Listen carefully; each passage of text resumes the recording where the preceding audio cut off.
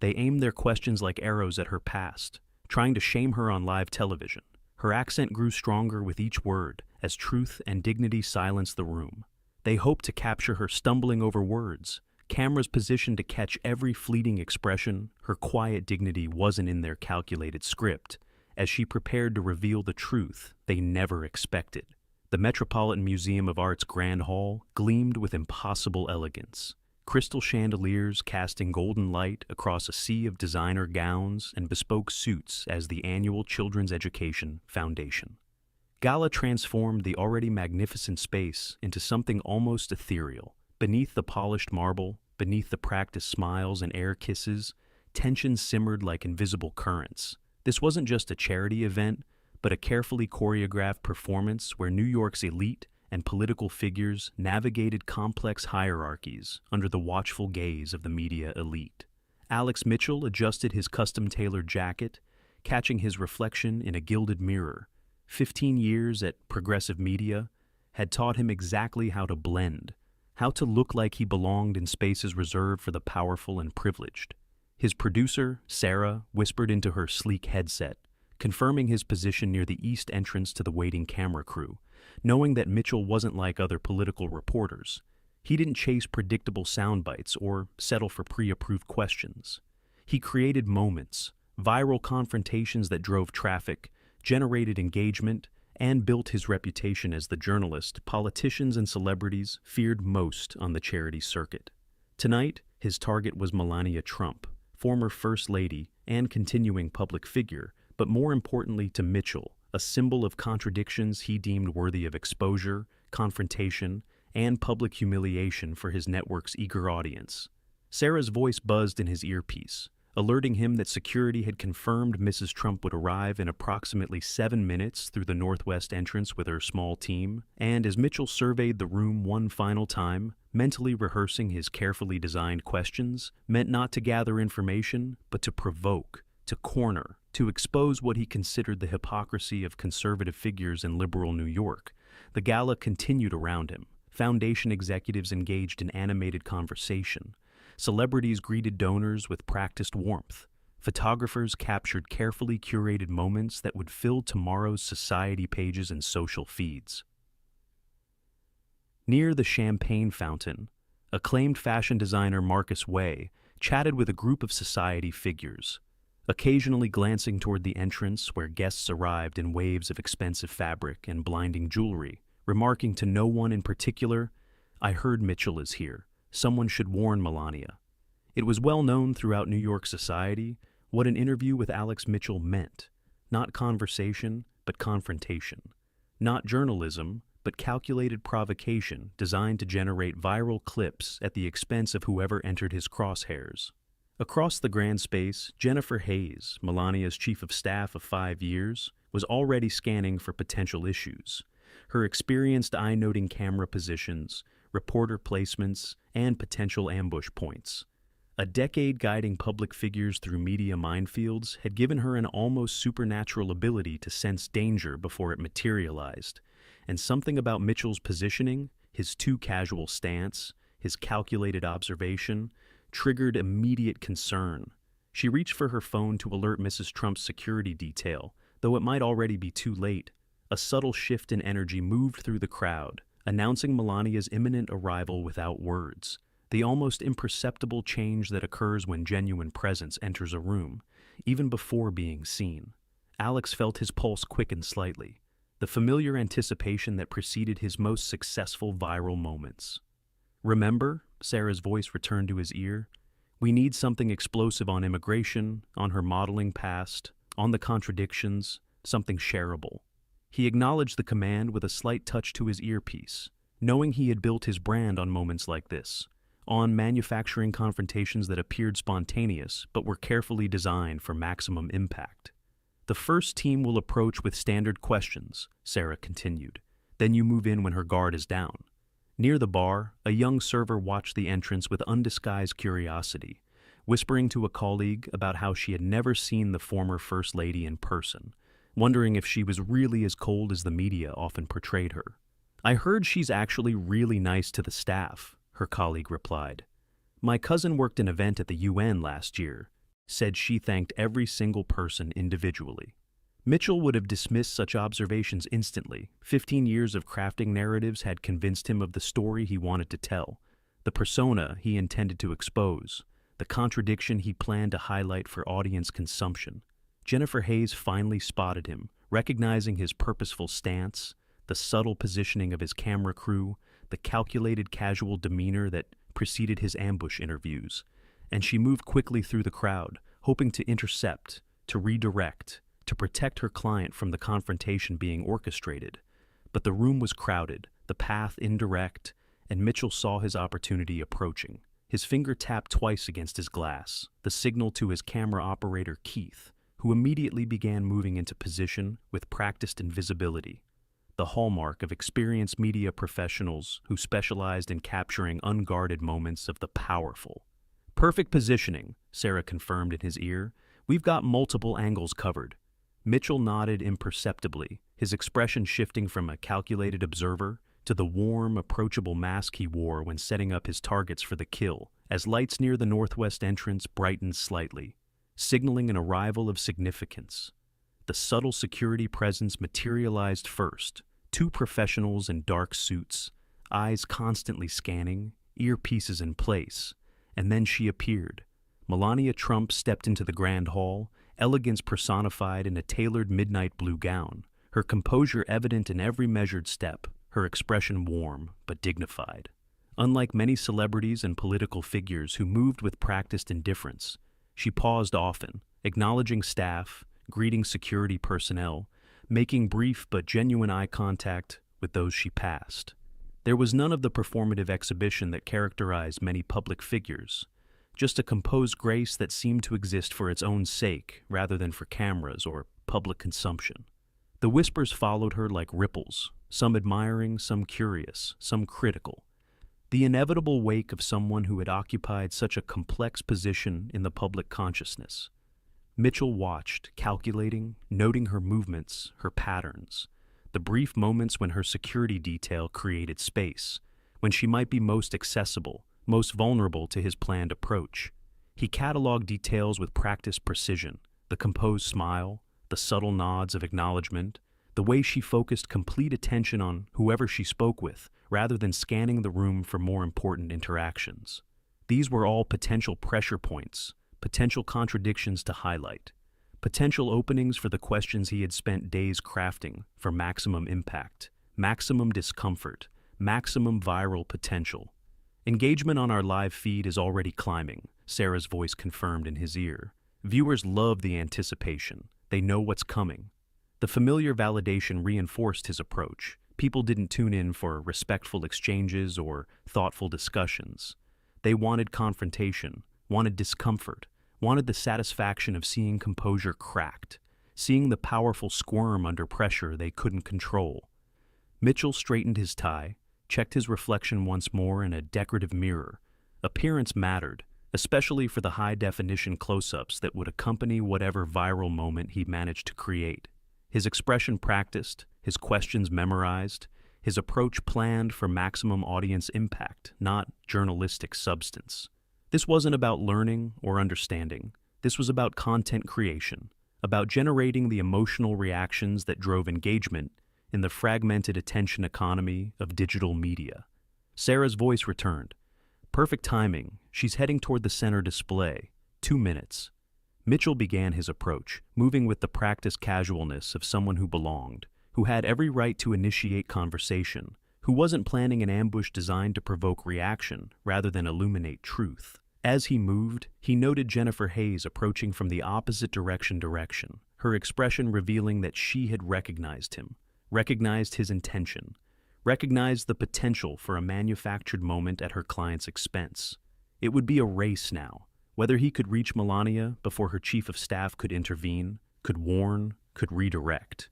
Keith and the second camera operator, Lisa, adjusted their positions with subtle professionalism, ensuring optimal angles without drawing attention, ensuring perfect framing for whatever unfolded, ensuring Mitchell would appear reasonable even as his questions grew increasingly hostile.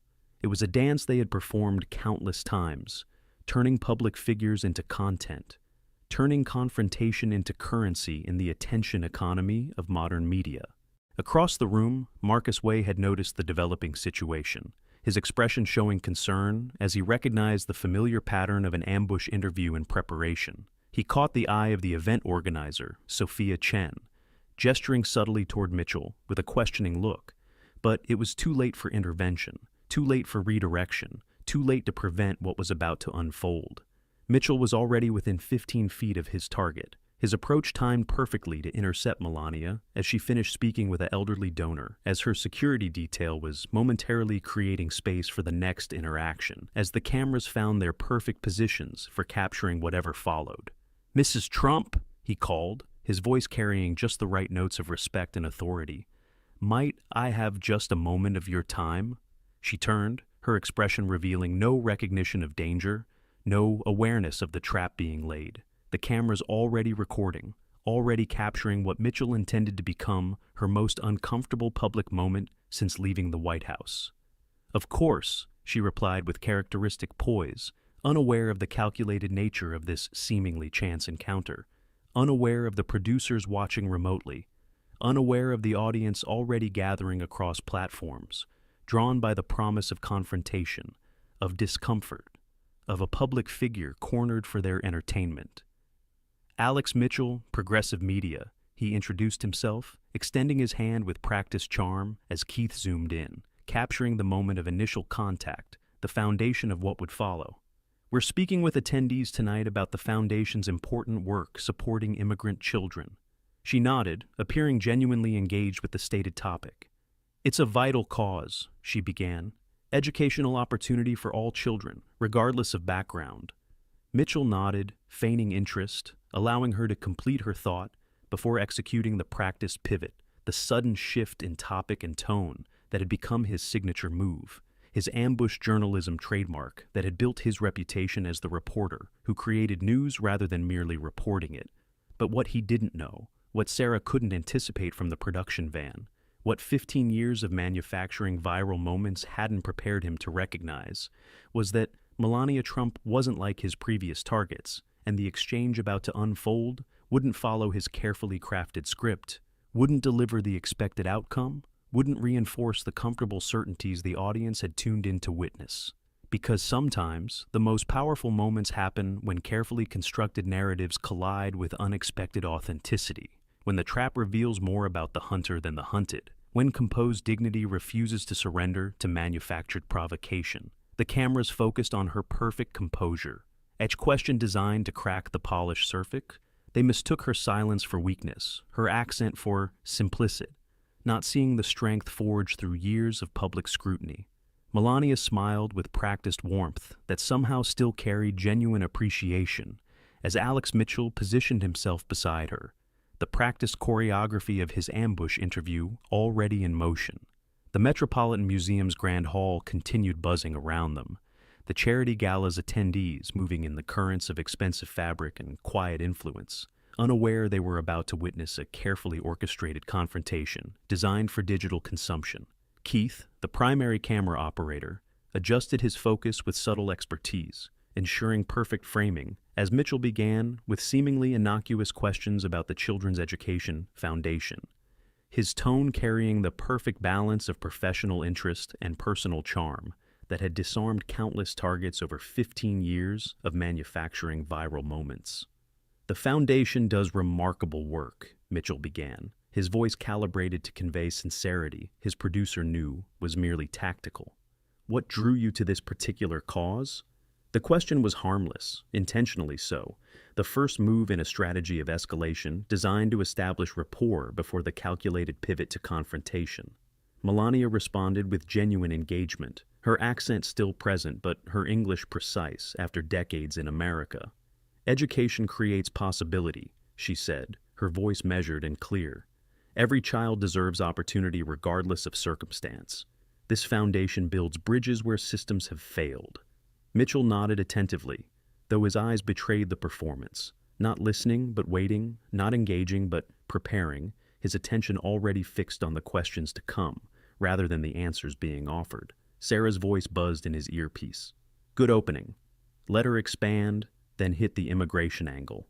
he acknowledged with an imperceptible touch to his ear, maintaining the facade of journalistic interest while positioning for the attack to come. Around them, the gala continued, waitstaff circulating with champagne, photographers capturing society figures in calculated poses, conversations building and dissolving as New York's elite performed the rituals of philanthropy and social positioning that characterized such events.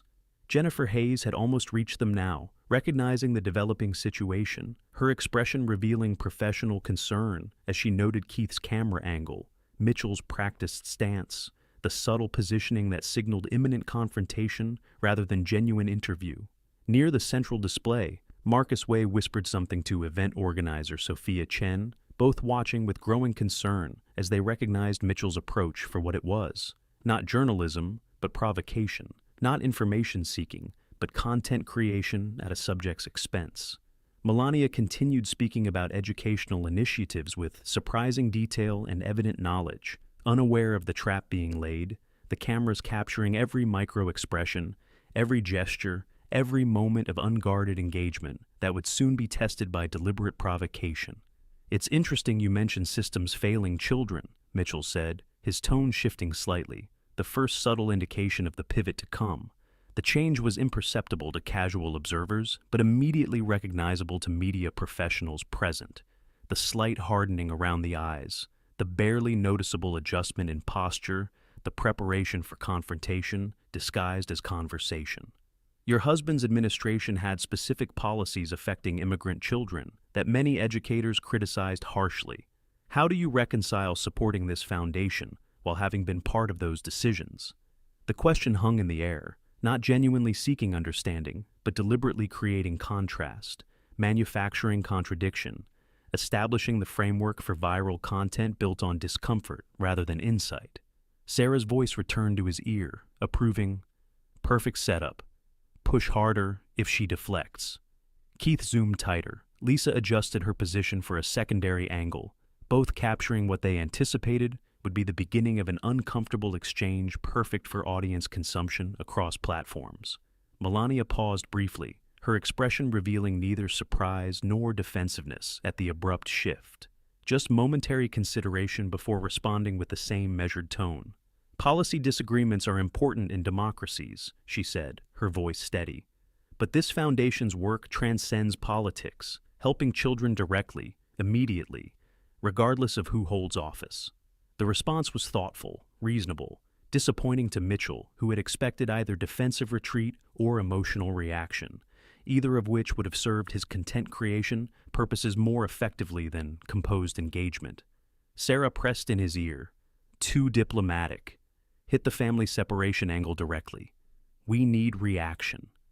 Mitchell nodded slightly, recalibrating, moving to more explicit provocation, as Jennifer Hayes finally reached the edge of their conversation, positioned now to potentially intervene, but hesitating, recognizing the cameras, recognizing the calculation of creating a scene that would itself become content for Mitchell's purposes. "But surely you must have had significant influence," Mitchell pressed, his voice now carrying subtle accusation beneath the veneer of journalistic inquiry. "When children were being separated from parents at the border, did you ever directly challenge those policies privately? Many would consider silence in that position to be complicity." The provocation was now explicit, the question designed not to illuminate, but to corner, to force either defensive response or uncomfortable admission, either outcome serving the content creation needs of progressive media's digital strategy. Keith maintained perfect focus, camera steady, capturing what Mitchell anticipated would be the first cracks in Melania's composed exterior, the viral-worthy reaction his audience had been conditioned to expect, to desire, to consume. Around them, nearby conversations quieted slightly as attendees became aware of the developing situation, the unmistakable tension of ambush journalism unfolding amidst the elegance of the Metropolitan's grand space. Melania's expression changed subtly, not with anger, not with defensiveness, but with something resembling thoughtful recognition of the game being played, the trap being laid, the content being manufactured at her expense. "I understand why you ask this," she began, maintaining the same measured tone. These were complex situations with no perfect solutions. My focus has always been advocating for children's welfare, sometimes publicly, sometimes in private discussions where real influence happens. Mitchell felt momentary frustration, her response again reasonable, again composed, again denying him the emotional reaction, the defensive posture, the uncomfortable moment that would generate the shareable content his producer demanded, his audience expected, his reputation required. Sarah's voice grew more insistent. Not working. Go harder. The modeling questions. Her background. Push until we get something usable. Jennifer Hayes moved slightly closer now, positioned to intervene if necessary, her professional expression masking the calculation happening behind her eyes, weighing when protection became itself a story, when intervention created more content than it prevented, when the dignified response was allowing her client to handle the provocation rather than creating additional drama through obvious management. Mitchell shifted tactics, his expression now carrying open skepticism designed to provoke, to challenge, to create the confrontation his format required. "Let's be direct," he said, abandoning the pretense of balanced inquiry. "You've built a public image of concern for children, while having benefited from an administration many educators considered actively harmful to vulnerable populations. Isn't there fundamental hypocrisy in your position here tonight?" The question wasn't really a question, it was accusation, provocation, the setup for viral content built on discomfort, on conflict, on the manufacturing of tension for audience consumption. Around them, the bubble of attention expanded as more gala attendees noticed the developing situation, recognized Mitchell's tactics, his approach, his intent, some expressions showing discomfort, others curiosity, others the resigned recognition of modern media's predatory relationship with public figures, especially those associated with controversial political histories. A foundation board member took a step closer, concern evident in her expression, her body language suggesting potential intervention if the exchange continued escalating toward manufactured confrontation rather than substantive discussion about the event's charitable purpose. Keith zoomed tighter still, ensuring perfect framing of what Mitchell calculated would be the breaking point. The moment emotion overcame composure, calculation provoked reaction. Orchestrated pressure generated valuable content. Melania met his gaze directly, her posture composed but not rigid, her expression revealing neither anger nor defensiveness, just clear-eyed recognition of the situation, the intent, the performance being orchestrated at her expense. "I have never claimed perfection," she said, her voice still measured but carrying subtle strength that caught Mitchell momentarily off guard. "Neither for myself nor any administration. But reducing complex policy situations to simple accusations doesn't help vulnerable children. Would you prefer former First Ladies not support education for immigrant children because their husbands' policies were controversial? Who benefits from that approach?" The response carried no anger, but contained clear challenge, not emotional reaction, but rational engagement that somehow turned Mitchell's provocation back on itself, questioning the framework rather than accepting its premises, engaging with substance rather than performance. Sarah's voice became urgent in Mitchell's ear. "This is getting away from us.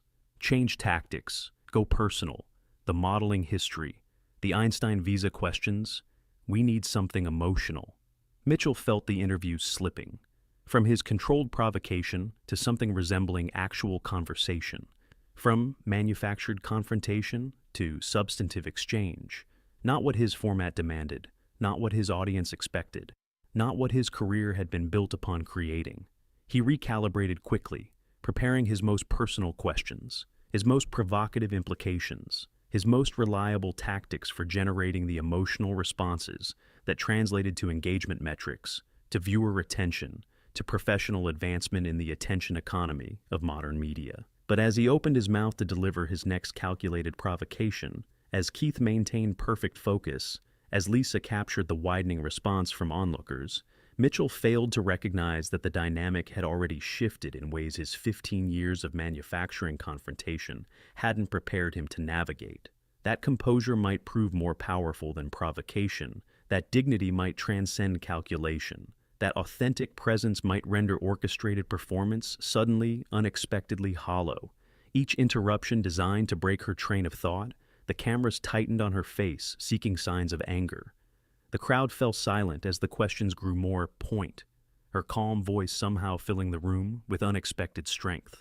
Mitchell leaned forward slightly, his body language shifting from professional engagement to subtle dominance, a tactical adjustment honed through countless confrontational interviews. "Let's talk about your own immigration experience," he said, voice carrying precisely calibrated skepticism. "You received an Einstein visa, reserved for those with extraordinary ability, as a model, while many highly educated professionals wait years for legal status. Do you see the contradiction between benefiting from such privileges and your husband's rhetoric against immigration?" The question was designed as a multi-layered trap, implying undeserved privilege, highlighting potential hypocrisy, and personalizing political controversy in ways calculated to provoke emotional response rather than thoughtful exchange.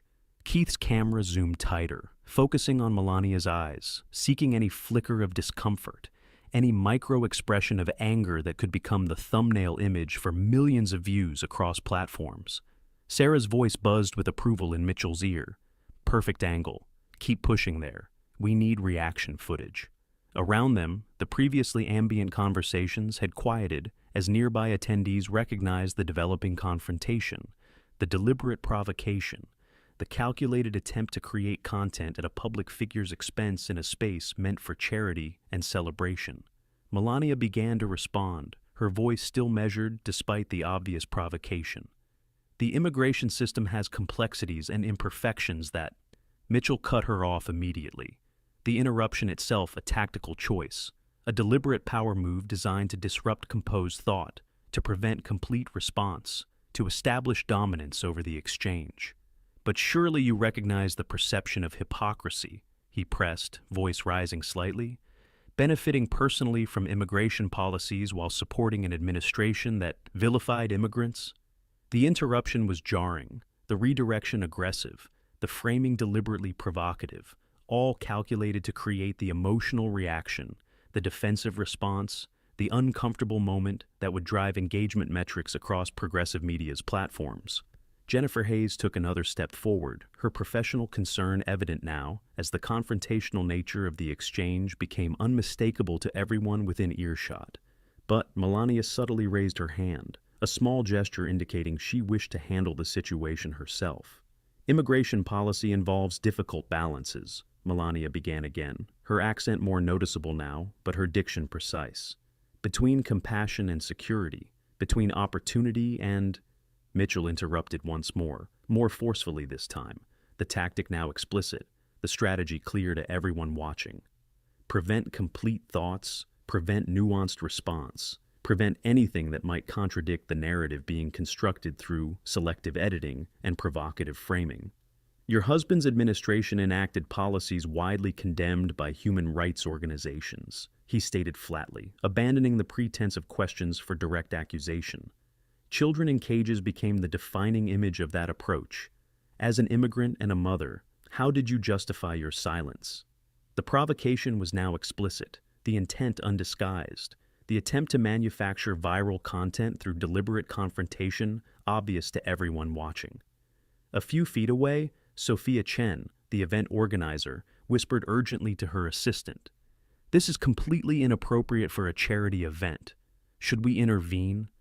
Marcus Way shook his head slightly, responding quietly, "That would only create another story, more content for them.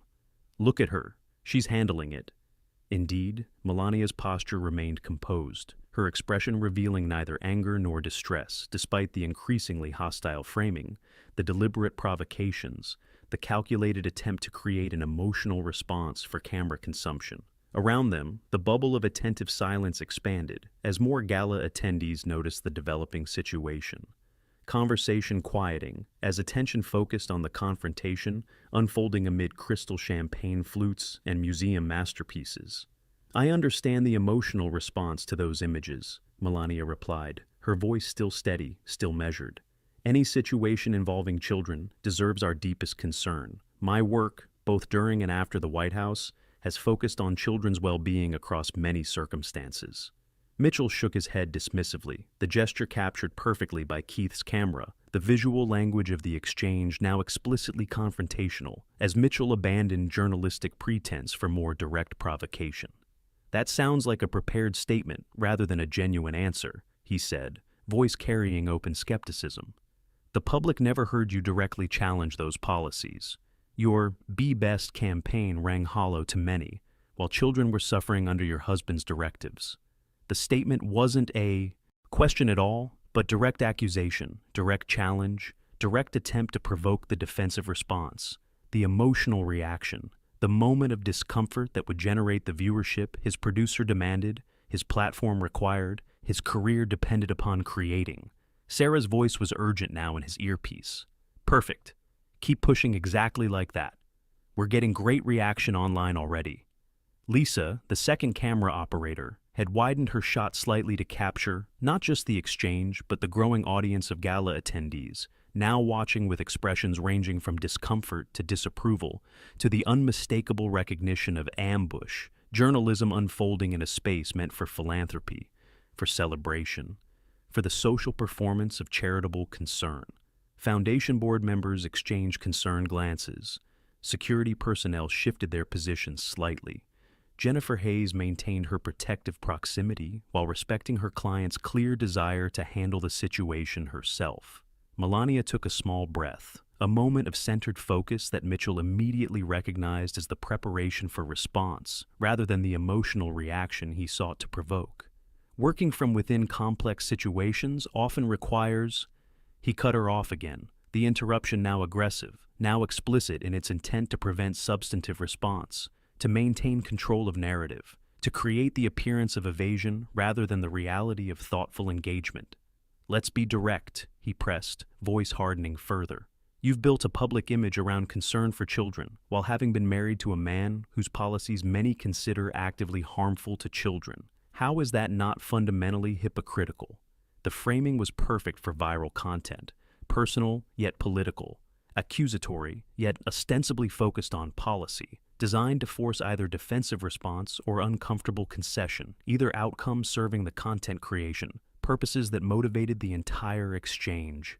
Keith zoomed tighter still, camera rock steady, capturing what Mitchell anticipated would be the breaking point. The moment composure cracked, calculation provoked reaction. Practice pressure generated the viral content his career demanded.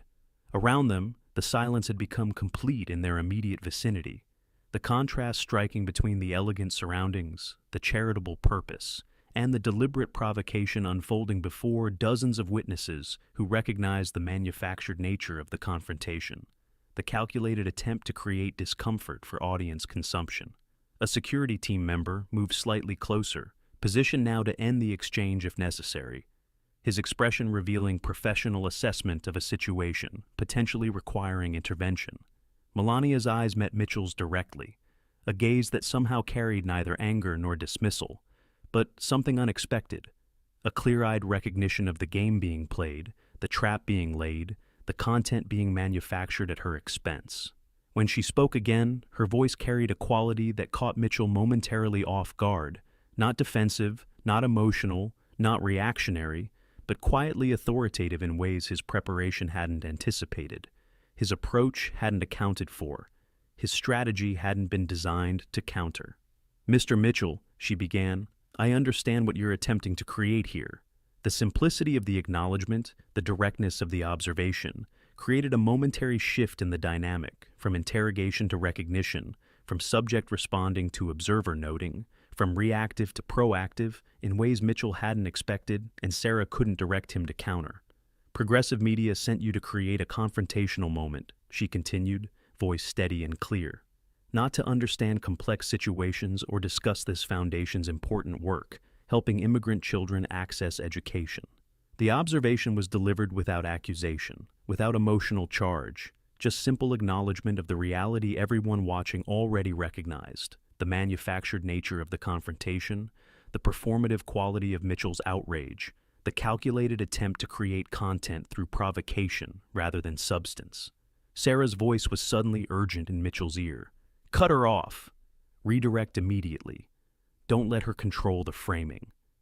Mitchell attempted to interrupt again, to reassert control, to prevent the observation from continuing, but something in Melania's composed presence, something in the directness of her gaze, something in the unexpected authenticity of the moment, caused his practiced interruption to falter, his reliable tactics to hesitate, his manufactured confrontation to momentarily pause. The silence that followed carried weight, significance, anticipation as everyone watching, from nearby attendees to remote producers to digital audiences, already engaging with the live feed, sensed something unexpected developing, something unscripted emerging, something authentic potentially breaking through the carefully constructed performance of confrontational journalism. Keith maintained perfect focus, capturing what was becoming increasingly clear to everyone present, not the viral moment of discomfort Mitchell had planned to manufacture, but something potentially more compelling, more significant, more worthy of attention than the predictable confrontation his career had been built upon creating. The calculated questions grew more personal. By the minute, her eyes revealed nothing but thoughtful consideration. When they expected anger, they found quiet strength instead, as she prepared the response they never anticipated. The Metropolitan Museum's Grand Hall had fallen into an unnatural stillness, the ambient soundtrack of socialite laughter and champagne glasses momentarily suspended as attention focused on the confrontation unfolding in their midst. Mitchell recovered quickly, 15 years of manufacturing viral moments having taught him how to regain control when interviews threatened to slip beyond his careful orchestration. "I'm simply asking questions many Americans want answered," he countered, voice recalibrated to project reasonable authority, to reframe her observation as evasion, to reassert the narrative he required. When policies separated families at the border, where was your public objection? When children were held in detention facilities, why wasn't your voice heard? The rapid-fire delivery was deliberate, questions stacked without pause for response. The technique designed to overwhelm, to create the appearance of being cornered, to generate the defensive reaction his platform demanded and his audience expected. Keith maintained perfect focus, camera steady on Melania's face, capturing what Mitchell calculated would finally break through her composure, would finally generate the emotional response, the defensive posture, the uncomfortable moment that would drive engagement metrics across progressive media's digital ecosystem. Sarah's voice returned to his ear with renewed urgency. "Perfect approach. Don't let up. We're seeing huge engagement numbers already." The validation reinforced Mitchell's strategy, the familiar confirmation that confrontation generated attention, that discomfort created content, that manufacturing moments of tension translated directly to professional success in the fragmented attention economy of modern media. Around them, Foundation Board members exchanged uncomfortable glances. Security personnel shifted positions slightly. Jennifer Hayes maintained protective proximity while respecting her client's clear desire to handle the situation herself. The audience of gala attendees had grown, conversation completely suspended now, as New York's elite watched the unfolding exchange with expressions ranging from discomfort to disapproval to the unmistakable fascination of witnessing orchestrated conflict in a space meant for philanthropy and celebration. "Your fashion choices during border visits became stories themselves," Mitchell continued, pressing his advantage, voice hardening further, as all pretense of journalistic inquiry gave way to explicit provocation. Messages on jackets while children suffered, stilettos to flood zones. The public saw performative concern, while your husband's administration enacted policies widely condemned by human rights organizations. The accusations were no longer framed as questions at all, just direct provocations, direct attempts to create the defensive response, the emotional reaction, the moment of discomfort that would generate the viral content his career demanded, his producer required, his audience had been conditioned to expect and consume. Lisa adjusted her camera angle slightly, capturing not just the exchange but the context, the elegant surroundings, the charitable setting, the gathered audience now watching what had clearly transformed from interview to ambush, from journalism to provocation, from inquiry to performance. Melania remained still, her posture neither rigid with defensiveness nor slumped with resignation, just present, composed, attentive in ways that somehow commanded the space despite Mitchell's increasingly aggressive approach. Her expression revealed thoughtful consideration rather than emotional reaction, her eyes clear and focused rather than defensive or evasive. The composed response itself became increasingly unsettling to Mitchell, who had built a career on provoking reactions, on creating discomfort, on manufacturing viral moments of emotional display that could be packaged, distributed, and monetized across platforms. Sarah's voice grew more insistent. "Something's wrong. We need reaction. Go harder. The modeling photos, the plagiarism allegations, anything to get emotion." Mitchell nodded imperceptibly, recalibrating yet again, reaching now for his most personal questions, his most provocative implications, his most reliable tactics for generating the emotional responses that translated to engagement metrics, to viewer retention, to professional advancement. "Before your time as First Lady," he began, voice now carrying deliberate insinuation, "you posed for photographs many considered inappropriate for someone who would later claim to advocate for children's welfare and online safety. How do you reconcile those contradictions in your public image?" The question was designed with surgical precision to cut through composure, to provoke defensive response, to create the emotional reaction that would generate clicks, views, shares, and comments. The currency of digital media success, the metrics of professional achievement in the attention economy, Mitchell navigated with such calculated expertise. Around them, the audience reaction shifted subtly, expressions hardening from merely uncomfortable to openly disapproving as the deliberately personal nature of the provocation became undeniable to everyone watching. Marcus Way took a half step forward, his expression revealing the professional assessment that boundaries of propriety had been crossed, that journalistic license had been abandoned for manufactured provocation in a space meant for charitable purpose. Sophia Chen, the event organizer, moved toward a security team member, a subtle indication that intervention might soon become necessary if the confrontation continued escalating beyond acceptable parameters for the Foundation's prestigious gathering. Jennifer Hayes maintained her position, her expression revealing professional recognition of the calculated trap being laid, the deliberate attempt to provoke reaction rather than engage substance, the manufactured nature of the entire exchange. Keith zoomed tighter still, camera rock steady, capturing what Mitchell anticipated would finally be the breaking point. The moment composure cracked, calculation provoked reaction, practice pressure generated the viral content his career had been built upon creating. But Melania's expression remained thoughtful, neither angry nor defensive, as she considered the deliberately provocative question, the personal attack disguised as journalism, the calculated attempt to create discomfort for audience consumption. When she finally spoke, her voice carried a quality that caught Mitchell momentarily off guard.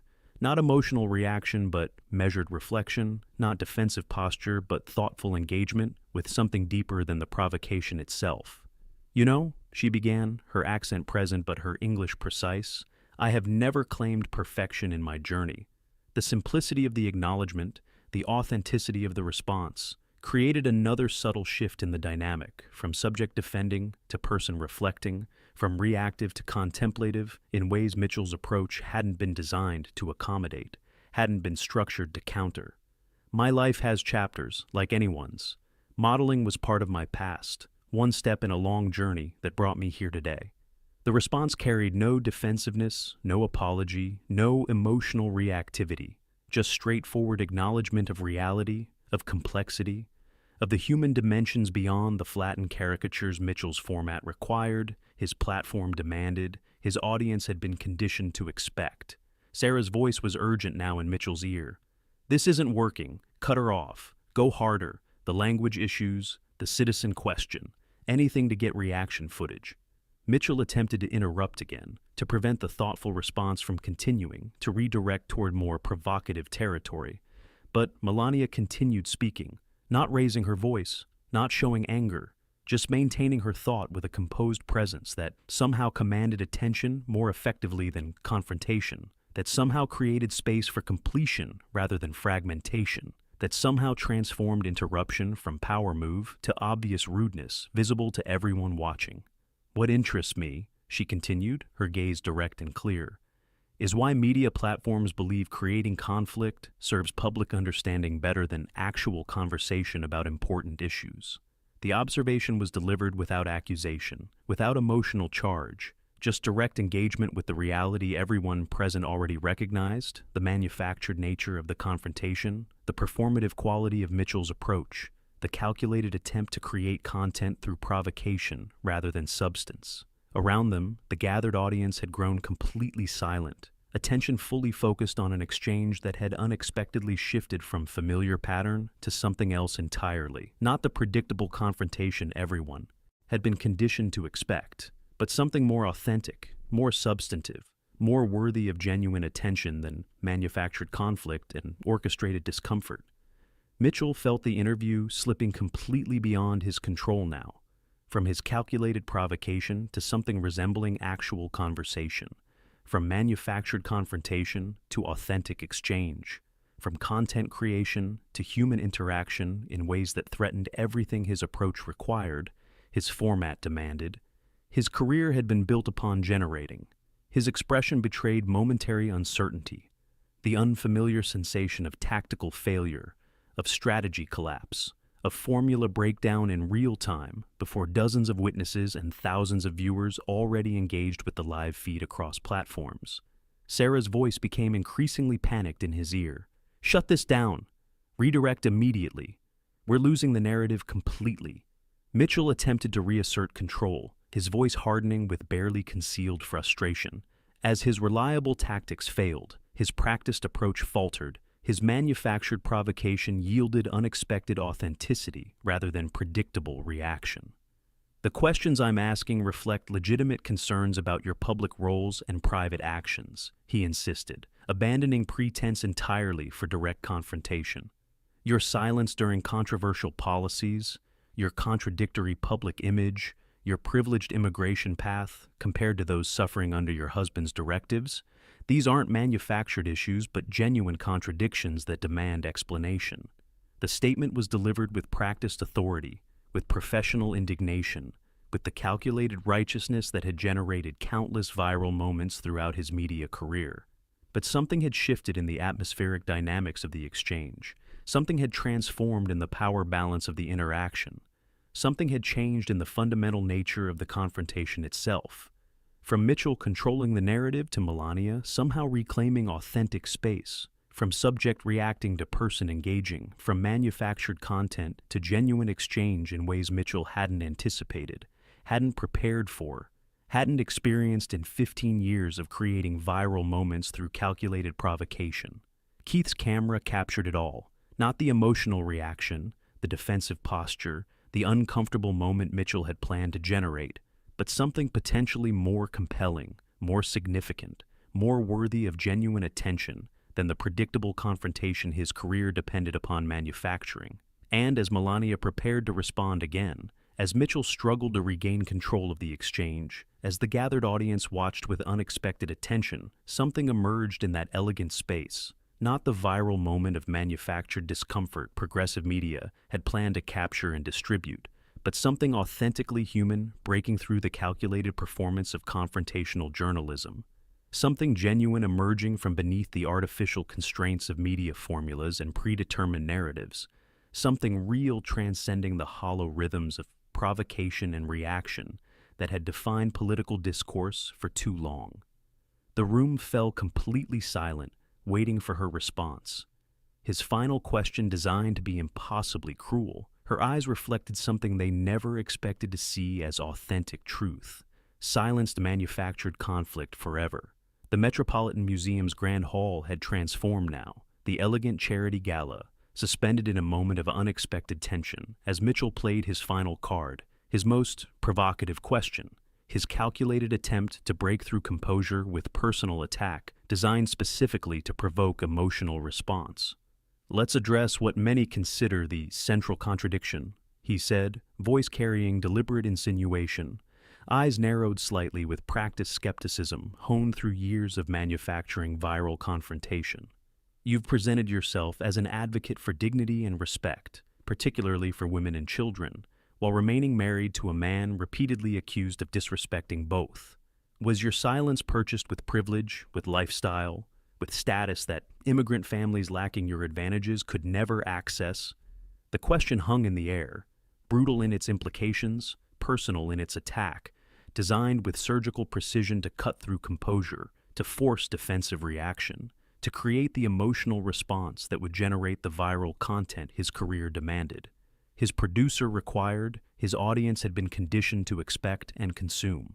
Keith's camera captured the moment perfectly, tight focus on Melania's face, poised to record what Mitchell calculated would finally be the breaking point, the instant where calculation provoked reaction, where practice pressure generated content, where composure surrendered to emotion in ways that could be packaged, distributed, and monetized across platforms. The silence that followed carried weight, significance, anticipation as everyone watching, from nearby gala attendees to remote producers to digital audiences already engaged with the live feed, sensed something consequential unfolding, something unexpected developing, something potentially authentic emerging from beneath the artificial constraints of media formulas and predetermined narratives. Foundation board members stood motionless, security personnel tensed slightly. Jennifer Hayes maintained protective proximity while respecting her client's clear desire to manage the situation herself. Sophia Chen exchanged a glance with Marcus Way, both recognizing boundaries had been crossed, journalistic license abandoned for manufactured provocation, the charitable purpose of their prestigious event subsumed by calculated attempt to create content at a guest's expense. Sarah's voice carried unmistakable urgency in Mitchell's ear. Perfect question. Don't let her dodge. Perfect setup for reaction footage. The validation confirmed what everyone present already recognized. The deliberate provocation, the manufactured nature of the confrontation, the calculated attempt to create discomfort for audience consumption rather than understanding for public illumination. Mitchell maintained his practiced expression of righteous inquiry, of journalistic authority, of moral certainty cultivated throughout years of similar exchanges, designed to generate similar outcomes across similar platforms. The familiar algorithm of provocation, reaction, and viral spread that had built careers, created content, and driven engagement throughout the fragmented attention economy of modern media. For a moment that stretched beyond comfortable duration, Melania simply looked at Mitchell, not with anger, not with defensiveness, not with the emotional reaction he had calculated to provoke, but with something unexpected, something unscripted, something that broke through the manufactured performance to reveal authentic human consideration of the person before her, rather than the persona he projected. Then she took a small breath, a moment of centered focus that Mitchell immediately recognized as preparation for response, rather than the emotional reaction he sought to generate. Around them, the audience had grown completely still, attention fixed on an exchange that had transformed from predictable confrontation to something else entirely, something worth genuine attention rather than manufactured engagement, something transcending the hollow rhythms of provocation and reaction that had defined political discourse for too long. You know, Melania began, her voice carrying a quality that immediately commanded the space, not through volume, but through authenticity, not through performance, but through genuine presence that somehow pierced the artificial construction of the entire exchange. Before I was a public figure, before I was a model, before I was an immigrant to America, I was a young girl in Slovenia during communist rule. The unexpected beginning caught Mitchell completely off guard, his prepared follow-ups suddenly irrelevant, his practiced redirections suddenly inappropriate, his calculated strategy suddenly collapsing before authentic narrative emerging from lived experience rather than media construction. Keith's camera remained steady, capturing not the emotional reaction, the defensive posture, the uncomfortable moment Mitchell had planned to generate, but something potentially more compelling, more significant, more worthy of genuine attention than the predictable confrontation his career depended upon manufacturing. I grew up in a system where media served power rather than truth, she continued, her accent present but her English precise, her gaze direct but not confrontational, just present, just authentic, just human, in ways that the artificial constraints of Mitchell's approach hadn't anticipated, hadn't accounted for, hadn't been designed to accommodate. Where questions weren't asked to understand but to reinforce official narratives, where journalism wasn't about illumination but about control. The observation carried no accusation, no emotional charge, just authentic reflection from lived experience beyond the flattened caricatures Mitchell's format required, his platform demanded, his audience had been conditioned to expect. Sarah's voice became increasingly frantic in Mitchell's ear. "Cut her off! Redirect immediately! This isn't the content we need." But something in the atmosphere had shifted. Something in the dynamic had transformed. Something in the fundamental nature of the exchange had changed. From Mitchell controlling the narrative to authenticity somehow claiming space, from manufactured confrontation to genuine human connection in ways that rendered attempted interruption suddenly, visibly inappropriate to everyone watching, everyone witnessing, everyone engaged with what was unfolding. Mitchell made a small gesture to interject, but found himself hesitating, his practiced interruption faltering before authentic expression that somehow commanded attention more effectively than any confrontation, any provocation, any manufactured moment his career had been built upon creating. "When I came to America," Melania continued, her voice steady and clear, "I discovered something precious, the possibility of speaking freely, of asking real questions, of seeking actual understanding across differences." The words hung in the air, simple yet profound, reaching beyond political division, beyond cultural warfare, beyond the manufactured confrontations that had come to define public discourse, to touch something universally human, something authentically significant, something genuinely worthy of the attention now completely focused on her words, her presence, her unexpected transformation of a planned ambush into authentic exchange. "My journey has been complex," she acknowledged, her honesty disarming in its simplicity, in its lack of performative qualification, in its genuine recognition of reality beyond defensive posturing or calculated presentation. "I have made choices, some I'm proud of, some I would reconsider with the wisdom of experience, some that reflect the complicated reality of being human in situations with no perfect answers." The acknowledgement carried no defensiveness, no justification, no emotional reactivity, just straightforward recognition of the complexity that defined actual human experience beyond the simplified narratives media formats required, political discourse demanded, audience engagement metrics rewarded.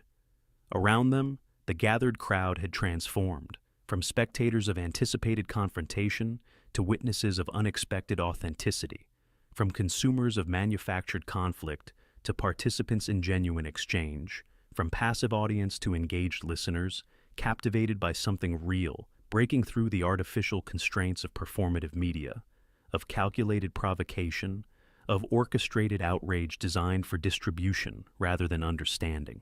Marcus Way nodded slightly, expression revealing recognition of something valuable unfolding.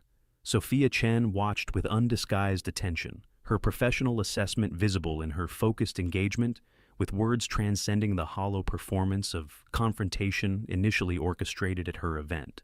"What saddens me," Melania continued, her expression reflecting genuine consideration rather than calculated response, "is seeing American media increasingly resemble what I grew up with, where questions aren't asked to understand, but to reinforce predetermined narratives, where people aren't engaged as humans, but as characters in stories already written, where truth matters less than emotional reaction that drives engagement."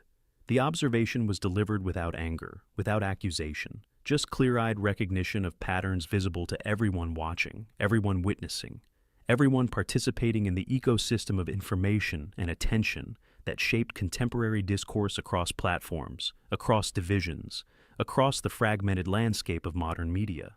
Mitchell stood unnaturally still, his practice poise momentarily abandoned, his professional persona temporarily suspended, as something authentic broke through his cultivated cynicism, reached beyond his tactical approach, transcended the formula that had built his career, his reputation, his brand in the competitive landscape of confrontational journalism. Sarah's voice had gone silent in his ear, even the producer recognizing something unexpected unfolding, something unplanned emerging, something potentially more valuable than the viral confrontation originally sought, originally demanded, originally expected, from the carefully orchestrated ambush now transformed into authentic exchange. "My life has chapters," Melania acknowledged, her voice carrying quiet certainty that commanded attention more effectively than any confrontation, any provocation, any manufactured emotion his approach had been designed to generate. Like everyone, I have acted with both courage and compromise in difficult situations. I have spoken out, sometimes publicly, sometimes privately, where real influence often happens, sometimes not enough when looking back with the clarity of hindsight. The honesty carried weight, significance, authenticity in ways that transcended the simplified narratives Mitchell's format required, his platform expected, his career had been built upon generating and exploiting. Keith's camera had adjusted slightly, capturing not just Melania's expression, but the context, the transformed audience, the elegant surroundings, the unexpected authenticity emerging in a space initially prepared for manufactured confrontation, for calculated provocation, for the familiar algorithm of conflict designed to generate content rather than understanding, engagement rather than illumination, reaction rather than reflection.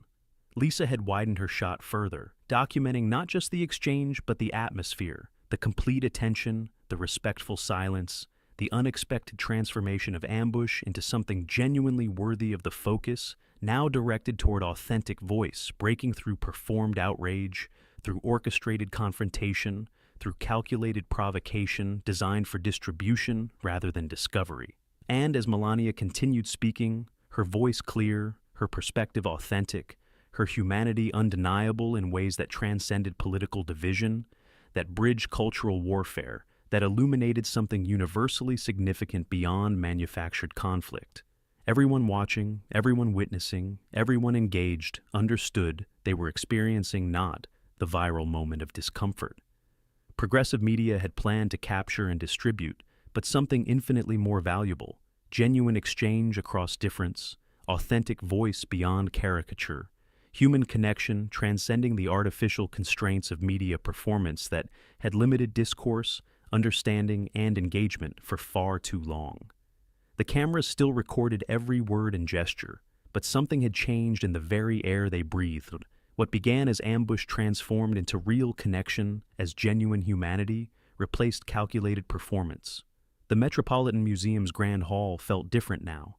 The atmosphere itself transformed as Melania continued speaking, not with defensive justification, not with rehearsed talking points, not with the emotional reaction Mitchell had calculated to provoke, but with authentic reflection that reached beyond political division, beyond cultural warfare, beyond the manufactured confrontations that had defined public discourse for too long. "I believe we lose something precious," she said, her voice carrying quiet conviction that commanded attention more effectively than any confrontation. "When we reduce complex humans to simple caricatures, when we filter every word through predetermined narratives, when we seek conflict rather than understanding." The observation was delivered without accusation, without emotional charge, just clear-eyed recognition of patterns visible to everyone watching, everyone listening, everyone engaged with an exchange that had unexpectedly transcended its orchestrated origins to become something genuinely worthy of attention, of consideration, of respect, that transcended political alignment, cultural positioning, and media expectation. Mitchell found himself in unfamiliar territory. The practiced cynicism, the tactical approach, the formula that had built his career momentarily suspended as something authentic reached beyond his professional persona to touch something almost forgotten about the purpose of communication, about the possibility of exchange across difference, about the human dimensions beyond the flattened narratives his format required, his platform demanded. His audience had been conditioned to expect. For 15 years, he had perfected the art of manufacturing moments, of creating confrontation, of generating content through provocative framing, designed to elicit emotional reaction rather than substantive engagement. But something in Melania's composed authenticity, something in her direct yet non-combative presence, something in the unexpected transformation of ambush into exchange had disrupted the familiar patterns, had challenged the reliable formulas, had revealed the possibility of something beyond the hollow performance of confrontational journalism that had defined his professional identity for so long. Around them, the gathered audience had been transformed from spectators anticipating manufactured conflict to witnesses of unexpected authenticity, from passive consumers of confrontation to engage participants in something genuine, breaking through the artificial constraints of media performance, of political positioning, of cultural warfare that had limited meaningful exchange for far too long. Marcus Way had moved slightly closer, his expression revealing recognition of something significant unfolding beyond the predictable patterns of celebrity ambush and defensive reaction. A Foundation board member nodded approvingly, her attention completely focused on words transcending the orchestrated provocation initially anticipated, initially expected, initially prepared as content for distribution rather than communication for understanding. Even security personnel had relaxed their posture slightly, the potential for intervention now replaced by recognition of exchange worthy of protection rather than confrontation requiring management. Sarah's voice returned to Mitchell's ear, but transformed, no longer urgent with tactical direction, but cautious with strategic reassessment. This is working somehow, different than expected, but engagement is unprecedented. Stay with it, see where this goes. The producer had recognized, however reluctantly, something valuable emerging from failed provocation, from transformed exchange, from authentic connection. Neither had anticipated, neither had planned, neither had experienced in years of manufacturing content through calculated confrontation and orchestrated discomfort. Keith and Lisa maintained perfect focus, cameras steady, capturing not the viral moment of emotional reaction originally sought, but something potentially more compelling, more significant, more worthy of genuine attention than the predictable confrontation their careers had been built upon documenting. Melania's gaze remained direct, but not confrontational, her posture composed but not defensive, her presence somehow commanding the space through authenticity rather than authority, through genuineness rather than performance, through human connection rather than calculated positioning.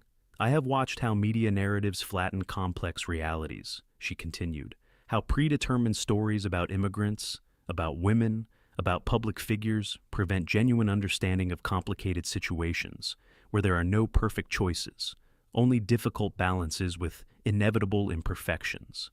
The observation carried weight, significance, authenticity that transcended the simplified narratives Mitchell's format required, his platform expected. His career had been built upon generating and exploiting. Mitchell found words finally, but not the ones he had prepared, not the follow-up provocations designed to corner, to trap, to generate emotional reaction, but something more aligned with actual inquiry, with genuine curiosity, with professional purpose beyond content creation through manufactured confrontation. You mentioned speaking out privately, he said, his voice carrying different qualities now, less confrontational, more engaged, the shift subtle but unmistakable to everyone watching, everyone listening, everyone participating in the unexpected transformation of ambush into exchange. Can you talk about those moments, about the balance between public and private advocacy in positions where every word is scrutinized? The question was different, not designed to provoke but to understand, not calculated to trap but to explore, not manufactured to create reaction, but offered to extend dialogue that had unexpectedly emerged from beneath the artificial constraints of his original approach. Jennifer Hayes watched the transformation with professional recognition, her expression revealing awareness of something unexpected unfolding, something valuable emerging, something authentic breaking through the familiar patterns of media ambush and defensive reaction. Sophia Chen had moved closer, her attention completely focused on exchange worthy of the prestigious space she managed, the charitable purpose her event served, the genuine communication her foundation sought to foster across divisions, across differences, across the fragmented landscape of contemporary discourse. Around them, gala attendees maintained respectful attention, their expressions revealing recognition of something significant occurring beyond the predictable patterns of celebrity confrontation and public performance they had initially anticipated, initially expected, initially prepared to witness. Melania nodded slightly, acknowledging the shift in approach, in tone, in purpose that everyone present could feel, could recognize, could appreciate regardless of political alignment, cultural positioning, or media expectation. Private advocacy has different dynamics, she explained, her voice thoughtful, measured, authentic in ways that transcended the rehearsed responses, the defensive postures, the calculated performances that characterized so much of public discourse across platforms, across divisions, across the fragmented landscape of modern communication. Sometimes the most meaningful influence happens in quiet conversations where genuine exchange is possible, where complex situations can be discussed, with nuance impossible in public statements filtered through predetermined narratives. The insight carried weight, significance, authenticity born of lived experience rather than media construction, of genuine reflection rather than strategic positioning, of human reality beyond the flattened caricatures conflict-driven formats required. Platforms demanded, audiences had been conditioned to expect. Mitchell listened, actually listened, perhaps for the first time in years, not scanning for weakness, not seeking openings, not calculating provocations, but engaging with perspective different from his own, with experience beyond his understanding, with authenticity rarely encountered in the manufactured landscape of political media and celebrity confrontation. Keith captured the transformation visibly occurring in Mitchell's expression, the subtle shift from practiced cynicism to genuine engagement, from tactical approach to professional curiosity, from content creation through provocation to communication through exchange that no one had anticipated, no one had planned, no one had experienced in countless similar situations, structured for entirely different outcomes. How do you maintain authentic voice? Mitchell asked, following the unexpected path now unfolding before him, before the audience, before the cameras still documenting every moment of the transformed exchange. When words are constantly misinterpreted, when every statement becomes filtered through predetermined narratives. The question reflected genuine curiosity, professional inquiry, human connection breaking through the practiced cynicism, the tactical approach, the formula that had defined his career, his reputation, his professional identity for so long. Sarah remained silent in his ear, the producer recognizing something valuable unfolding beyond tactical direction, beyond strategic manipulation, beyond the manufactured confrontation originally planned, originally expected, originally demanded by the content requirements of their platform, their format, their approach to engagement in the attention economy of contemporary media. Melania considered the question thoughtfully, her expression revealing genuine reflection rather than calculated response, actual engagement rather than defensive positioning, authentic presence rather than performed persona, carefully constructed for media consumption and public presentation. It requires knowing yourself beyond the narratives others create, she said finally, her voice carrying quiet certainty born of lived experience rather than rehearsed talking points, of genuine wisdom rather than strategic messaging, of human reality beyond the flattened presentations media formats required, political discourse expected, audience engagement metrics rewarded. Understanding that your worth isn't determined by headlines, that your impact isn't measured by viral moments, that your purpose exists beyond performance for public consumption. Around them, the audience had transformed completely, from anticipating confrontation to witnessing connection, from expecting defensive reaction to experiencing authentic exchange, from preparing for viral discomfort to participating in genuine communication that transcended political division, cultural warfare, and media expectation in ways no one had anticipated, no one had planned, no one had experienced in countless similar situations, structured for entirely different outcomes. Foundation board members exchanged glances of appreciation. Security personnel maintained respectful distance rather than protective positioning. Event staff paused their duties to witness exchange worthy of the prestigious space, the charitable purpose, the genuine communication their foundation sought to foster across divisions, across differences, across the fragmented landscape of contemporary discourse. Mitchell nodded, his expression revealing professional recalibration, personal recognition, human connection breaking through the practiced cynicism, the tactical approach, the formula that had built his career, his reputation, his brand in the competitive landscape of confrontational journalism and celebrity ambush. The Foundation's work with immigrant children, he said, the conversation returning to its original, stated purpose with entirely different qualities, entirely different dynamics, entirely different authenticity than initially planned, initially expected, initially prepared as content creation rather than meaningful exchange. What specific initiatives do you find most effective in creating educational opportunity regardless of background? The question reflected genuine inquiry, professional purpose, human engagement, transcending the hollow performance of confrontational journalism that had defined his approach, his career, his contribution to public discourse for far too long.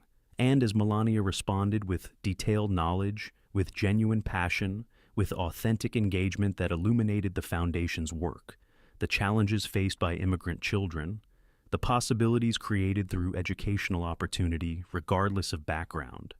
Everyone watching, everyone listening, everyone participating understood. They were witnessing not the viral moment of manufactured discomfort. Progressive media had planned to capture and distribute, but something infinitely more valuable: genuine exchange across difference, authentic voice beyond caricature, human connection transcending the artificial constraints of media performance that had limited discourse, understanding, and communication for far too long. The transformation was complete, undeniable, significant beyond the immediate exchange, beyond the elegant surroundings, beyond the prestigious gathering, revealing possibilities for engagement, for communication, for connection that most had forgotten existed, that most had abandoned seeking, that most had stopped believing possible in the fragmented, polarized, performance-driven landscape of contemporary media and public discourse. The cameras finally lowered, the interview complete, but something unprecedented was already spreading screens lit up across the country with unexpected truth as authenticity outpaced the algorithms of division. Beyond the Metropolitan Museum's elegant walls, beyond the chandeliers and champagne flutes, something extraordinary was happening across digital landscapes as the unexpected exchange between Melania Trump and Alex Mitchell escaped the confines of the charity gala and spiraled outward with unprecedented speed. Ryan Davis, Progressive Media's digital director, stared at his monitors in the production van parked outside, watching metrics explode beyond anything he had witnessed in 12 years of political media. "This isn't what we expected," he whispered to his assistant Zoe, who nodded wide-eyed as viewership numbers, comments, and shares flowed faster than their systems could track. The engagement patterns defying every assumption, every prediction, every algorithm they had built to measure and monetize the attention economy of contemporary media. Watch Melania Trump transform an ambush into a masterclass on authentic communication, posted at Truth Media, attaching a 3-minute clip that had already reached 4 million views in just 37 minutes. "I fundamentally disagree with her politics, but that response about media narratives was something everyone needs to hear," wrote a prominent progressive commentator, her share generating a cascade of conversation across political divides, across cultural boundaries, across the tribal affiliations that normally remain firmly entrenched, firmly separated, firmly hostile in the fragmented landscape of contemporary discourse. Inside the Grand Hall, the gala had resumed its elegant rhythms around them, but something had fundamentally shifted, the atmosphere itself transformed by the unexpected exchange that had unfolded amid crystal and couture. Mitchell stood motionless, his professional demeanor temporarily suspended as something authentic continued resonating beyond the concluded interview, beyond the lowered cameras, beyond the immediate exchange that had so completely defied his expectations, his preparation, his career-long approach to manufacturing viral content through provocative confrontation. Nearby, Jennifer Hayes conferred quietly with Melania, both women's expressions revealing professional assessment of what had transpired, what was unfolding, what would follow as the unexpected authenticity continued spreading beyond control, beyond prediction, beyond the familiar patterns of political media and celebrity ambush. Foundation board members approached with genuine appreciation, their expressions revealing recognition of something valuable that had unfolded within their prestigious gathering, something transcending the orchestrated provocation initially feared, initially expected, initially prepared to manage as unwelcome disruption to their charitable purpose and philanthropic celebration. In living rooms across America, viewers who had tuned in expecting the familiar satisfaction of celebrity takedown, the rehearsed outrage, the defensive reaction, the uncomfortable moment packaged for distribution and consumption, found themselves instead leaning forward, phones in hand, recording, sharing, responding to something that transcended the usual divisions, the usual performances, the usual polarities that defined contemporary discourse across platforms. 29-year-old Marcus Johnson, who normally avoided anything related to the previous administration, conservative figures, or political content he considered not for him, texted the full exchange to his politically opposite father with a simple message: worth watching regardless of politics, something different happening here. His father responded almost immediately: already seen it, remarkable, reminds me of how discourse used to be possible before everything became performance. In progressive media's executive offices, emergency meetings convened as senior leadership struggled to process what was unfolding on their networks, on their platforms, on screens, across the country in ways no one had anticipated, no one had planned, no one had believed possible given the predictable patterns of political communication and media consumption that had defined contemporary discourse for so long. It's completely off format, insisted the programming director, her voice revealing a mixture of concern and confusion as the content they had commissioned, the confrontation they had planned, the viral discomfort they had expected, transformed into something entirely different, entirely unexpected, entirely beyond the formulas and frameworks that had built their brand, their audience, their business model in the fragmented attention economy of digital media. But the engagement metrics are unprecedented, countered the data analytics director, displaying numbers that defied expectations, contradicted assumptions, revealed possibilities no one had considered viable, profitable, or sustainable within the content strategies that had guided their platform development, their format decisions, their approach to audience engagement and political coverage for years of algorithmic optimization and attention monetization. Sarah finally emerged from the production van, her expression conflicted as she approached Mitchell, standing alone near the bar, professional recalibration visible in his uncharacteristic stillness, his unusual silence, his temporary suspension of the calculated performance that had defined his career, his reputation, his contribution to public discourse for 15 years of manufacturing viral moments through provocative confrontation and orchestrated discomfort. "The numbers are insane," she said quietly, her voice carrying unfamiliar uncertainty as everything they had built, everything they had known, everything they had assumed about their audience, their format, their approach to content creation, was suddenly called into question by the unexpected power of authenticity over performance, of connection over conflict, of dialogue over demolition in generating engagement, in capturing attention, in creating value within the ecosystem of contemporary media and political communication. "This wasn't what we planned," Mitchell acknowledged, his voice carrying unfamiliar qualities of reflection rather than certainty, of consideration rather than conviction, of professional reassessment rather than tactical recalibration.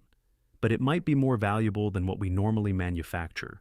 In college dorms, office break rooms, airports, and restaurants, wherever screens displayed the unfolding exchange, unusual crowds gathered, watching not with partisan division or cultural sorting, but with shared attention, shared interest, shared recognition that something authentic was breaking through the familiar performance of political media and celebrity confrontation that had defined contemporary discourse, that had shaped audience expectations, that had structured content creation across platforms, across formats, across the fragmented landscape of digital communication. Conservative media, which had prepared outraged responses to the expected disrespect, the anticipated ambush, the familiar pattern of hostile framing and decontextualized editing, scrambled to adjust their coverage as the narrative slipped beyond partisan combat, beyond cultural warfare, beyond the predictable rhythms of attack and defense that had defined political communication for so long. "This is what happens when authentic voice transcends media formulas," wrote one outlet, sharing the full unedited exchange rather than fragmenting it to fit predetermined narratives or reinforce existing divisions and tribal affiliations. Progressive outlets, normally aligned with Mitchell's confrontational approach and progressive media's framing, found themselves in unfamiliar territory, acknowledging the power of authentic response, the resonance of genuine perspective, the impact of meaningful exchange that transcended political positioning, cultural warfare, and the manufactured confrontations that had defined contemporary discourse across platforms, across divisions, across the tribal affiliations normally maintained, reinforced, and exploited through content creation strategies optimized for engagement, through conflict, through provocation, through the algorithmic amplification of emotional reaction rather than substantive understanding. A lesson in authentic communication, read an unexpected headline from a progressive media site, as boundaries between information ecosystems, normally strictly enforced, strictly separated, strictly hostile, suddenly blurred in an unprecedented moment of shared attention, shared consideration, shared recognition of something, valuable breaking through the artificial constraints of political performance and media construction. Sophia Chen approached Melania as the gala continued around them, her expression revealing professional appreciation for what had unfolded within her prestigious event, within her elegant space, within her foundation's charitable gathering, initially threatened by manufactured confrontation, but unexpectedly transformed by authentic exchange that ultimately served their core mission, their fundamental purpose, their genuine commitment to creating connection across difference, across division, across the fragmented landscape of contemporary society. "Thank you," she said simply, her voice carrying genuine acknowledgement of what had transpired, what had unfolded, what had transformed within the Grand Hall. That exchange about media narratives and authentic voice resonated deeply with our foundation's work, breaking through predetermined stories about immigrant children and educational possibility. Melania nodded, her expression revealing genuine engagement with the foundation's purpose beyond performance, beyond photo opportunity, beyond the calculated positioning that defined so much of public appearance and charitable engagement in contemporary society and political communication. Network phones rang constantly now, interview requests pouring in from Melania, not just from conservative outlets but from across the media landscape, producers, directors, hosts, all sensing something important had happened, something unexpected had unfolded, something significant had emerged that required follow-up, that demanded exploration, that suggested possibilities beyond the manufactured confrontations and orchestrated provocations that had defined political communication, celebrity coverage, and public discourse for so long. Even Mitchell's phone buzzed relentlessly, colleagues, competitors, and professional contacts all responding to what they had witnessed, what they had recognized, what they had experienced as something transcending the familiar patterns of ambush journalism and confrontational content creation that had built careers, that had generated engagement, that had structured formats across platforms, across divisions, across the fragmented landscape of contemporary media. The exchange, designed to create viral moments of emotional reaction and defensive response, had indeed gone viral, but for reasons no one had anticipated, no one had planned, no one had believed possible in the artificial landscape of political media and celebrity confrontation. In the manufactured ecosystem of contemporary communication, a poised woman with direct experience of both authoritarian media control and American press freedom had broken through the carefully constructed architecture of confrontational journalism to remind everyone watching, everyone sharing, everyone responding, what authentic exchange, what meaningful dialogue, what genuine communication could look like, stripped of performance, infused with lived experience, grounded in perspective, transcending political division, cultural warfare, and the tribal affiliations normally maintained, reinforced, and exploited through content creation, strategies optimized for engagement through conflict, through provocation, through the algorithmic amplification of emotional reaction, rather than substantive understanding. As the gala continued around them, as the digital cascade continued building beyond them, as the unexpected impact continued spreading across platforms, across perspectives, across normally unbridgeable divides, something shifted, not just in format, not just in approach, not just in the immediate content strategies of competing networks and platforms, but in the fundamental understanding of possibilities for connection across difference, for dialogue across division, for authentic exchange beyond performance, beyond provocation, beyond the artificial constraints of media formulas that had limited human interaction, human understanding, and human connection for far too long. Mitchell watched the metrics continue climbing on Sarah's tablet, his professional identity temporarily suspended as everything he had built, everything he had known, everything he had assumed about audience engagement, about content creation, about his contribution to public discourse through manufactured confrontation and orchestrated discomfort was suddenly, unexpectedly, significantly called into question by the unprecedented power of authenticity over performance, of connection over conflict, of dialogue over demolition in generating the very engagement, the very attention, the very value his career had been built upon creating through entirely different means, entirely different approaches, entirely different assumptions about what audiences wanted, what communication required, what media could and should provide in contemporary society beyond the hollow. Satisfaction of performative conflict and manufactured division. The moment they tried to manufacture became something real, spreading beyond control of algorithms and media plans. A single authentic voice had changed the conversation. Revealing the path forward they'd forgotten was possible. 1 month after the Metropolitan Museum exchange, the ripples had become waves, crashing against established shores and reshaping the media landscape in ways no one had predicted, no one had planned, no one had believed possible in the fragmented ecosystem of contemporary communication. Melania Trump sat in her office overlooking Central Park, watching as the conversation continued beyond her control, beyond anyone's direction, beyond the artificial constraints of media formulas and predetermined narratives that had limited meaningful exchange for so long. Progressive Media's executive team had undergone significant restructuring, their entire approach suddenly questioned not just by viewers or critics, but by their own staff and producers, who had witnessed what happened when calculated provocation encountered authentic response, when manufactured confrontation yielded to genuine exchange, when performative conflict transformed into meaningful dialogue that generated unprecedented engagement across platforms, across divisions, across the tribal affiliations, normally maintained, reinforced, and exploited through content strategies optimized for algorithmic amplification rather than human connection.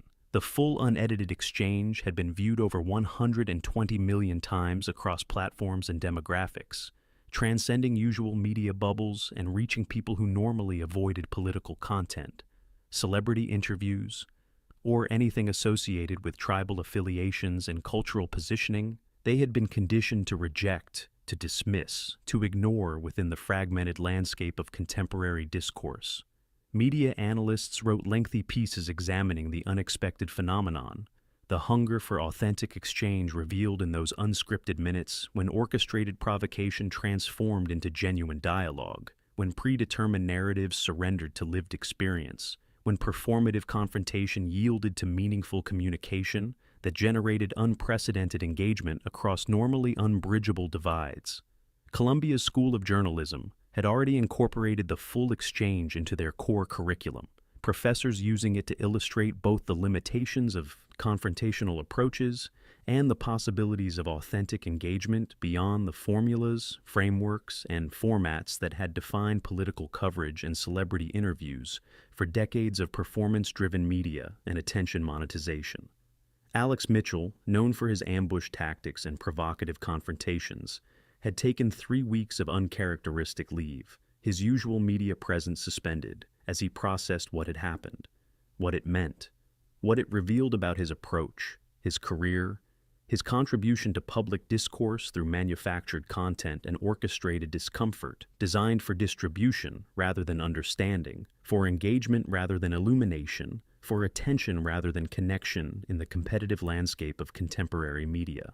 His recent column in Journalism Review had surprised colleagues, competitors, and critics with its unexpected honesty, its genuine reflection, its professional reconsideration of practices previously unquestioned, unexamined, and unrecognized as choices rather than necessities within the ecosystem of political communication and celebrity coverage.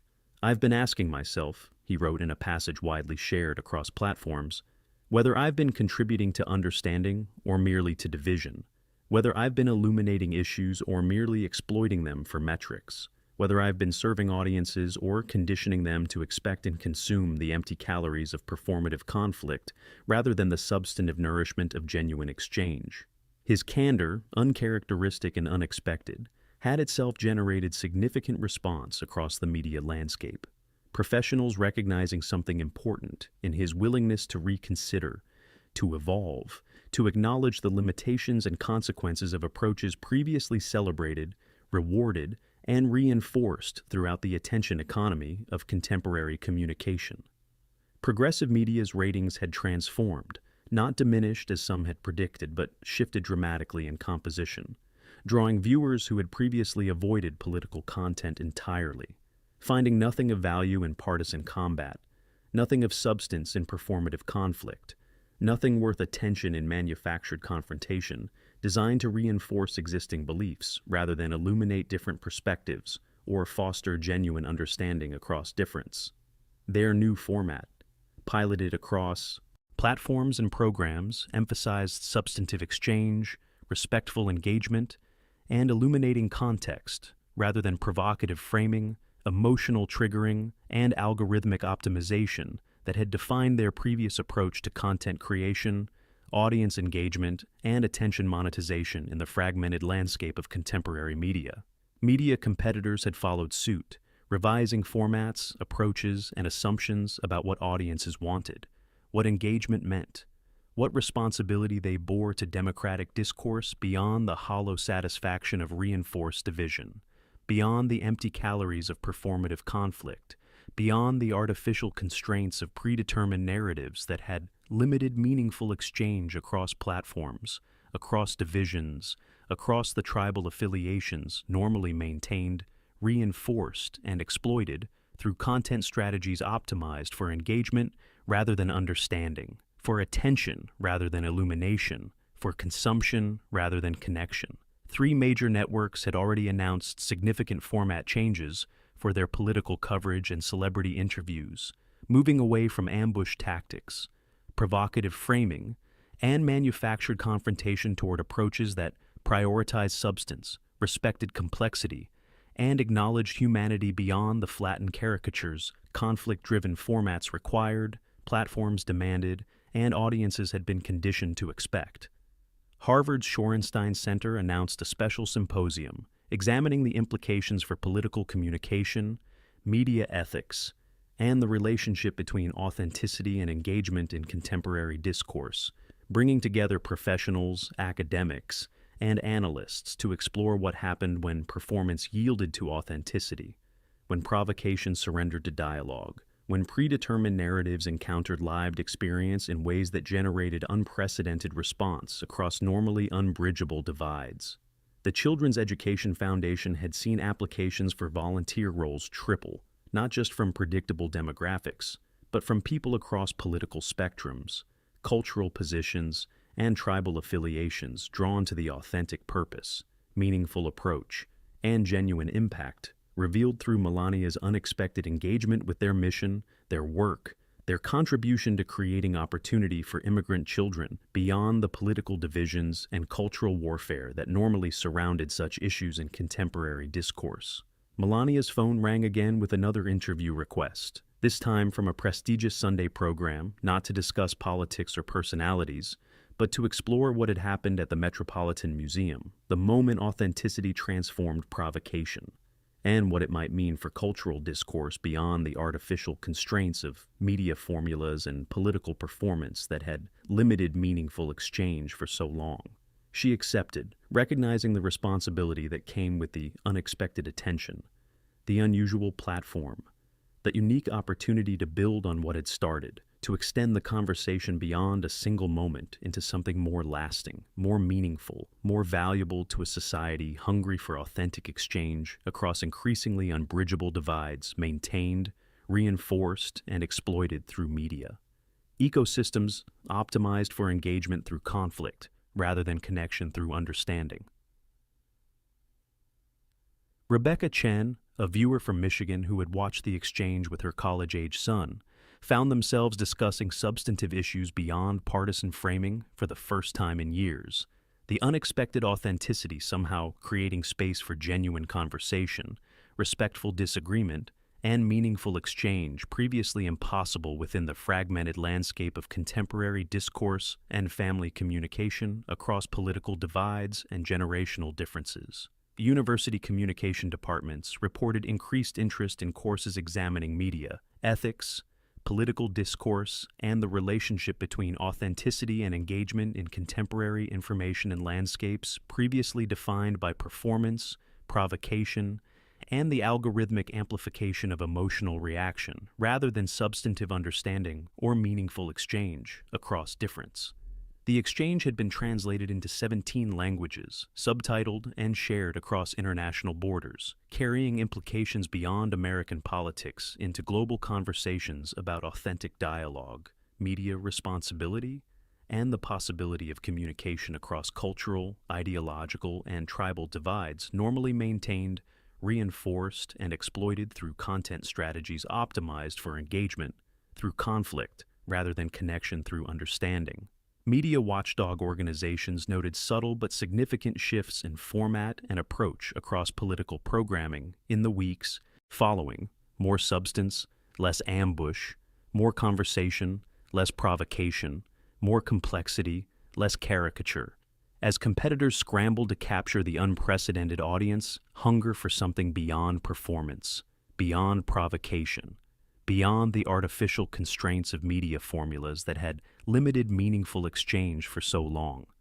Sarah, Mitchell's longtime producer, spent hours reviewing past segments with new perspective, seeing patterns of manipulation, exploitation, and dehumanization that had once been invisible in the comfortable familiarity of formula, framework, and format. Now revealed in the harsh light of comparison to the authentic exchange they had witnessed, had captured, had participated in, despite their initial intentions, their planned approach, their expected outcome focused on manufacturing viral confrontation, rather than facilitating meaningful communication across difference. Immigrant voices, particularly women with lived experience of both authoritarian systems and American dynamics, found platforms previously unavailable, as media outlets recognized the hunger for perspectives that had long been filtered through hostile framing, dismissive introduction, and stereotypical presentation designed to reinforce existing narratives rather than illuminate different experiences or foster genuine understanding across difference.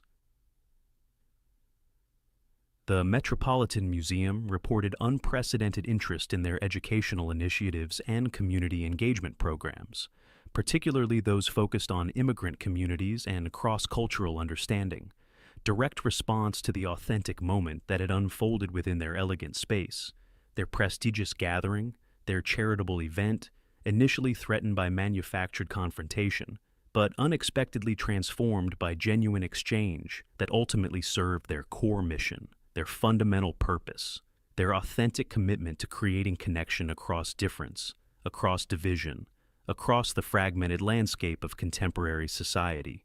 Foundation donors across political spectrums had increased contributions drawn not by performative celebrity involvement, but by genuine engagement with substantive purpose beyond the hollow symbolism and empty gestures that characterized so much of charitable participation and philanthropic positioning in 2000 contemporary society. Alex Mitchell appeared on camera again for the first time since the Metropolitan Exchange. His approach visibly evolved, his questions focused on understanding rather than provoking, his purpose aligned with illumination rather than confrontation, in ways that reflected genuine reconsideration of practices previously unquestioned, unexamined, and unrecognized as choices rather than necessities within the ecosystem of political communication and celebrity coverage. I realized, he explained in a segment that itself generated significant response across platforms, that I had been confusing conflict with substance, reaction with engagement, provocation with purpose, mistaking the hollow calories of manufactured confrontation for the substantive nourishment of meaningful exchange that actually serves democratic discourse beyond the metrics, beyond the algorithms, beyond the artificial constraints of formats optimized for attention monetization rather than human connection or democratic function.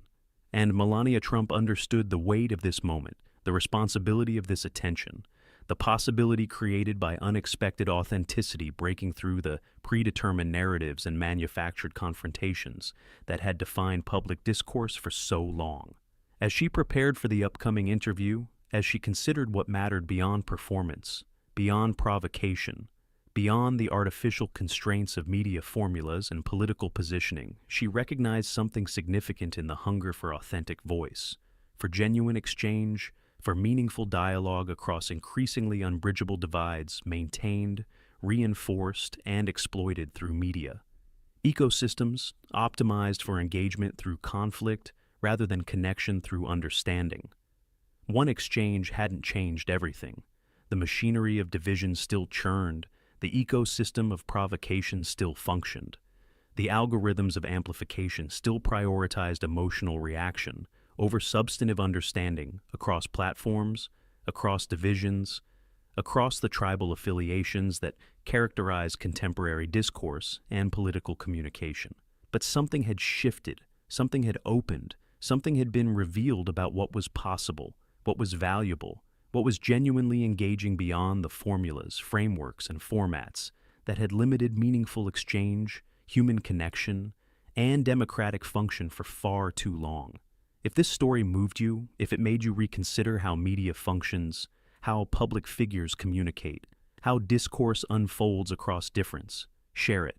Because sometimes transformation begins not with grand declarations, not with institutional reform, not with algorithmic adjustment, but with a single authentic voice breaking through manufactured performance to remind us what genuine exchange looks like, what meaningful dialogue requires, what human connection makes possible across the divisions we've come to accept as permanent, as unbridgeable, as necessary, when in reality they may be more artificial, more surmountable, more transformable than we've been conditioned to believe.